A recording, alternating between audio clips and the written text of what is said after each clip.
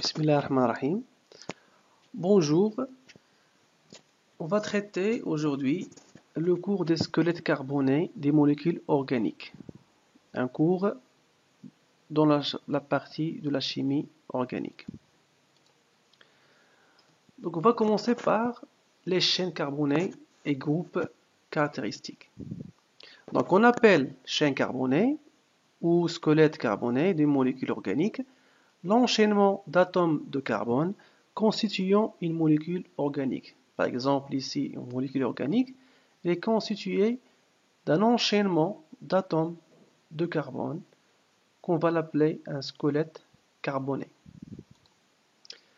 On appelle groupe caractéristique un groupement d'atomes portés par le squelette carboné et comportant des atomes autres que l'hydrogène. Par exemple, ici, on a une molécule organique où on trouve par exemple l'atome de chlore, l'atome d'azote, qui confère à la molécule des propriétés uniques.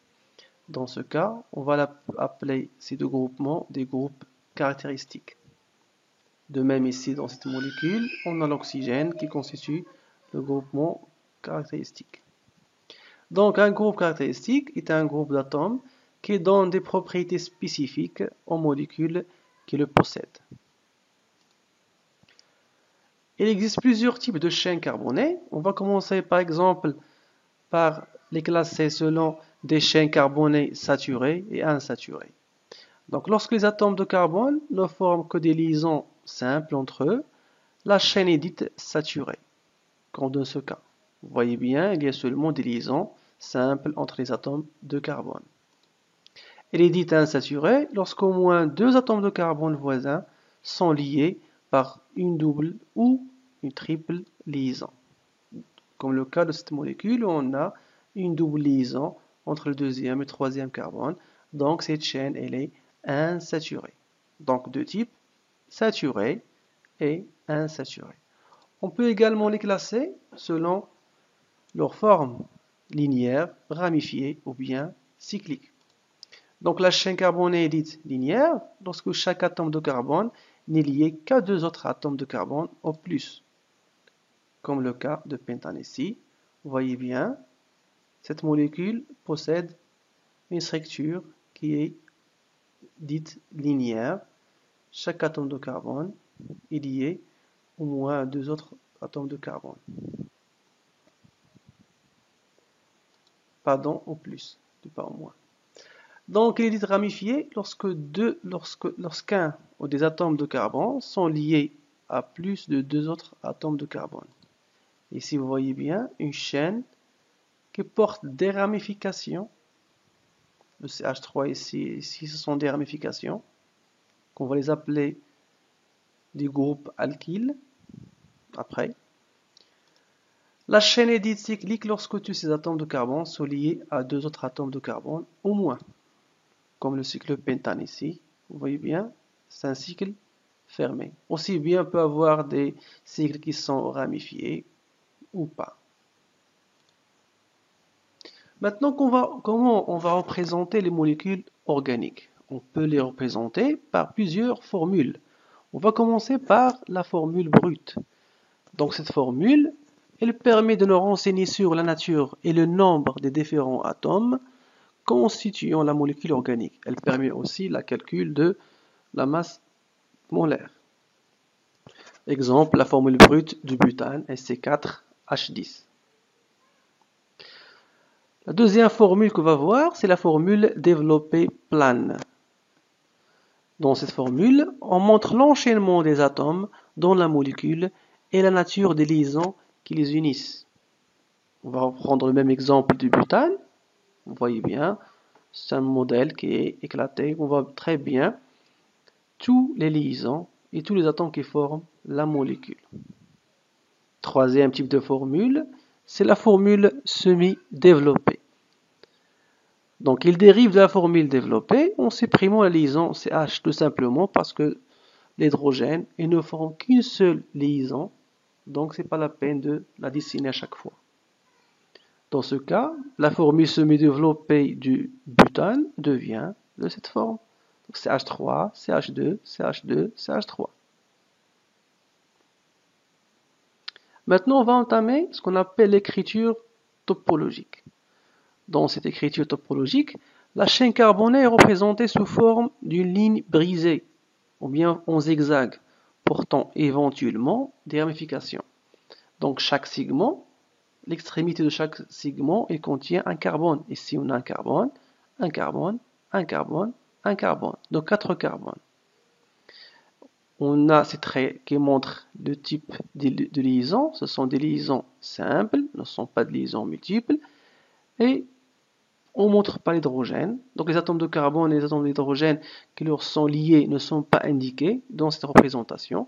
Par exemple ici, on a un carbone lié par une liaison. Donc il lui manque combien d'hydrogène? Il lui manque 3 hydrogènes. Donc ça c'est un CH3. Ici, on a ce carbone qui a 2 liaisons. Pour compléter 4 liaisons, il a besoin de 2 hydrogènes. Donc ça c'est un CH2, CH2, CH3. Donc les liaisons multiples sont présentées par des segments. Vous voyez ici la représentation topologique du butane.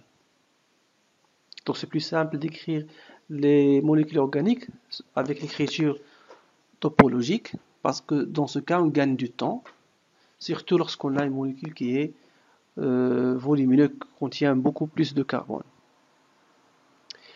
On va passer à une notion propre aux molécules organiques, c'est la notion d'isomérie, ou bien l'isomérie de constitution.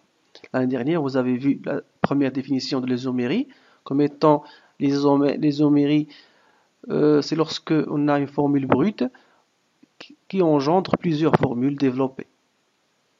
Ça veut dire qu'on a plusieurs composés organiques différentes qui ont en commun la même formule brute. Il y a plusieurs types d'isomérie. On va commencer par l'isomérie de constitution.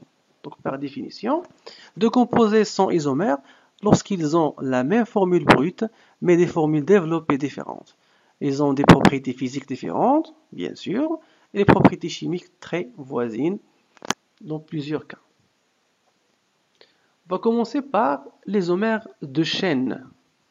Donc, l'enchaînement des atomes de carbone est différent. Donc, ils ont même formule brute. La seule différence, c'est l'enchaînement des atomes de carbone ou bien la manière avec laquelle les carbones sont liés. Par exemple, si on prend le butane, encore une fois, on peut avoir deux chaînes possibles. Donc ici une chaîne qui est linéaire et une chaîne qui est ramifiée. Mais ça, on va le nommer, on va voir la nomenclature. Ça c'est le butane, ça c'est le 2-méthylpropane. Donc ce sont deux isomères de la même formule brute, C4H10. On a l'isomérie de position. Donc la position de groupes caractéristiques ou de liaisons multiples sont différents.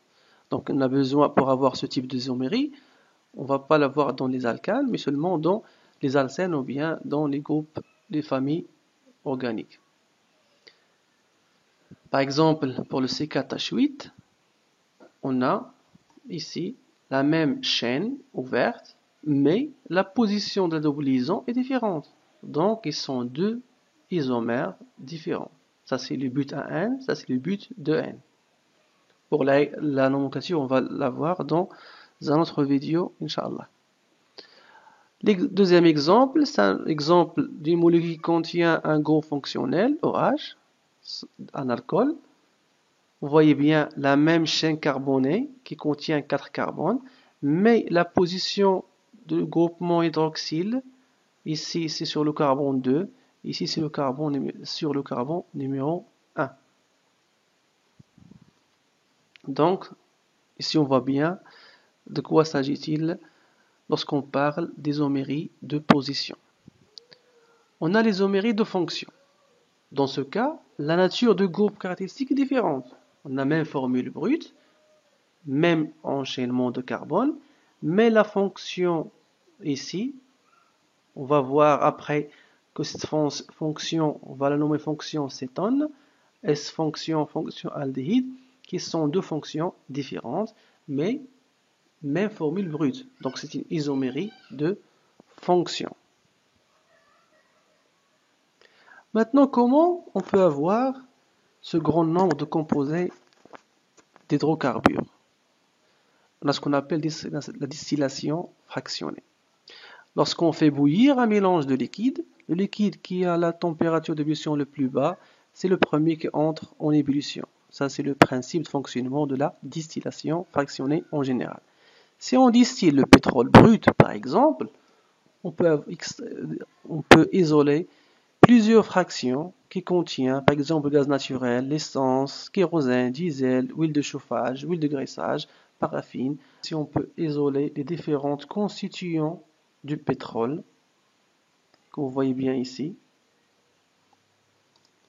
Donc la distillation fractionnée permet de séparer les constituants d'un mélange d'espèces chimiques ayant des températures d'ébullition différentes, comme exemple la distillation fractionnée du pétrole. C'est comme ça qu'on isole les différentes parties du pétrole. Ce sont tous des hydrocarbures. Ça veut dire qu'ils contiennent des atomes, un enchaînement d'atomes de carbone et d'hydrogène. Dans les prochaines vidéos, on va parler en premier temps d'un type d'hydrocarbures, ce sont les alcanes. Dans une troisième vidéo, on va parler sur les alcènes. Et merci pour votre attention.